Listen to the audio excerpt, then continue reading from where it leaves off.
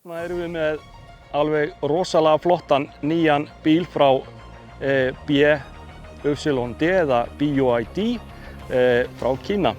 Það er verið að kynna þessa bíla fyrir okkur og þessi bíl, hann heitir Dolphin sem þýðir náttúrulega bara höfrungur. Hann er alveg rosalega skemmtilegur. Ég var að ljúka við að aka þessum bíl hérna og hann er meira á þetta skemmtilegur. Þetta er ekki mjög stór bíl.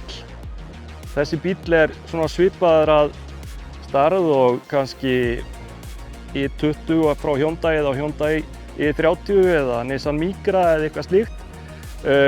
Þetta er bíl fyrir neðan hennar nýja Atto 3 sem að BYD var að hefja innflutning á heima og þetta er alveg splungu nýr bíl sem kemur í haust til okkar og hann er framleiddur í Kína. Og ég var að segja eins og að þegar við erum inni í þessum bíl og erum að aka þessu að þá er upplifunin alveg einstaklega skemmtileg. Þessi bíl, hann er að koma í nokkurum útgáfum. Hann er framleiddur í hérna skal ég segja ykkur svokallari aktív útfærslu, boost útfærslu, comfort og design.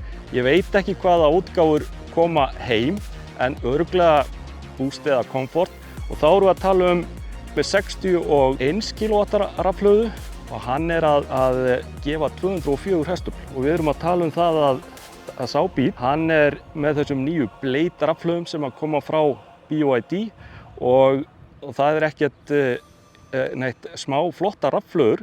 Þær eru byggðar þannig upp, það er með svona honeycomb strúktúr sem þýðir það að þær leiða betur og það er verið að raða þeim saman upp þannig að þær eru miklu þéttari en aðra rafhlöður, kóbaltfríar og það gerir dregnina mun meiri og dregnin til dæmis á þessum bíl er alltaf 427 km.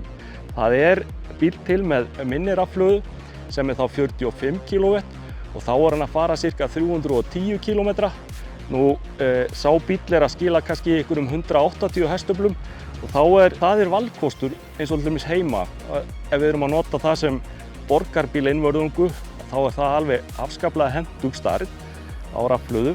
Eða þá ef við ætlum að nota hann í lengri ferðir þá er 427 km alveg svakalega flott dregna og svona ekki stærri bíl en þetta en hann er hvorki meira en minna en 685 kg sem er ekki mikið fyrir svona rafbíl. Það er ekki þungur bíl. Ef við skoðum aðeins aftur í þennan glæsilega BYD Dolphin þá erum við að horfa hérna á farangursrýmið í honum sem er alveg ótrúlegt með hvað bílinn er ekki stærri. Þið sjáu það, ég er hérna 1,90 og ég er með hausinn hérna alveg uppi sem að, þú veist, þetta lyftist mjög vel og pítsutaskan góða. Nei, þetta eru hleðslukaflarnir sem við erum með hér. 345 lítrar, þetta er 40-60 skipting hérna og ef við horfum aðeins hérna ef við fellum niður sætinu og þá erum við að tala um 1310 lítra geymslurými. Þá erum við komið hérna aftur í þennan Dolphin frá BYD í Kína. Við erum ekki í Kína, við erum í Madrid á Spáni. Þessi bíl, hann er ótrúlega plássmikill miðað við það að vera kallaður smábíl. Við erum að tala um djúpsæti, ekkert ósvipuð og er í Atto bílnum. Hann er náttúrulega örlítið minni, þú kemur fótunum ágætlega undir hérna. Það er alveg fínt fótapláss, skemmtileg hönnun á sætunum eins og þið sjáu hér. Höfuðplássið hérna, prýðilegt alveg. Ég geti sittið hérna þess vegna alla leið ef við værum að fara norður á Akureyri frá Reykjavík eða eitthvað svoleiðis. Ég finn ekki mikið fyrir því. Auðvitað myndum við náttúrulega stoppa á Blönduósi kannski í pissustoppi eða eitthvað svoleiðis en þetta er magnað alveg. Það er alveg ótrúlegt hvað er hægt að gera skemmtilegt pláss í svona ekki stærri bíl en þetta og sjáu þið hérna. Þetta eru uggarnir á höfrungnum. Jæja, þá erum við sest inn í Dolphinin hérna og erum að aka honum hérna. Þetta er svona lítill sveitavegur hérna rétt fyrir utan Madrid. Já, ég kalla þetta sveitaveg. Og við erum svona aðeins að segja frá upplifuninni við að aka þessum skemmtilega smábíl hérna. Já, ég segi smábíl vegna þess að þetta er minnsti rafbíl sem að ég hef ekið og það er eins og þú sért að aka mun stærri bíl. Þessi bíl er 204 hestafl sem að ég er að aka núna. Hann er með 88 kW hraðhleðslugetu og hann getur tekið inn á sig 11 í heimahleðslu, þannig að við erum svona hálftíma að hlaða bílinn ef að á 10 upp í 80% ef að við erum á rafhleðslustöð. Það er vægast sagt bara mjög gott að aka þessum bíl. Það er frekar há sjónlína í honum. Maður situr mjög vel, situr frekar hátt og maður sest inn í bílinn, ekki ofan í hann. Og það sem er svona svipað á Atto 3 bílinn sem við erum eiginlega nýbúin að prófa, þá erum við hérna með þennan skemmtilega skjá hérna fyrir framan okkur sem að sýnir í raun og veru allt sem við þurfum að vita. Nú, hérna er þessi stærri hérna, þetta köllum við bara risaskjáinn, rúmlega 12 tommur og hann er alveg meira átta flottur líka.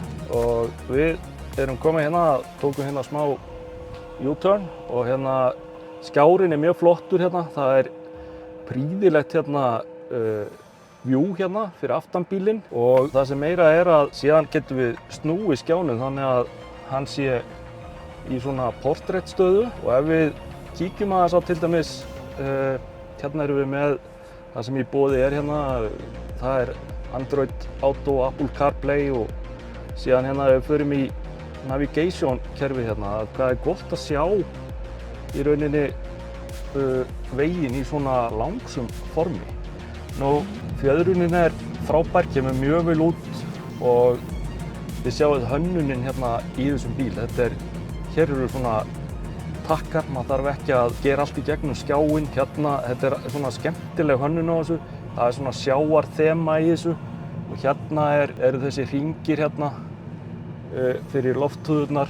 Hérna á bakvið er síðan svona öldudalur, ef svo má orðið komast.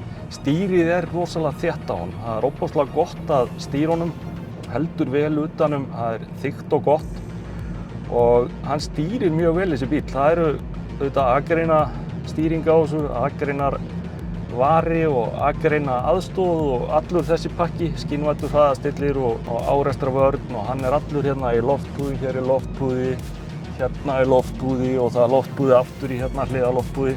Það vantar ekkert upp á öryggið. Atto 3 er til dæmis komið með 5 stjörnur í Euronav þannig að þessi fær örugglega mjög svipað einhvern þar. Ég held að sé ekki búið að prófa hann. Allavega þegar þetta er tekið upp og þá held ég að við séum ekki búin að prófa í Euro NCAP. Ferlega skemmtileg upplifun. Verð að segja eins og er að þetta er sá bíll sem hefur komið hvað mest á óvart bara á þessu ári. En ég get ekki betur séð en að Kynmuni sé að stimpla sig verulega vel inn hérna í bílaheiminum núna. Já, þetta er Dolphin Comfort.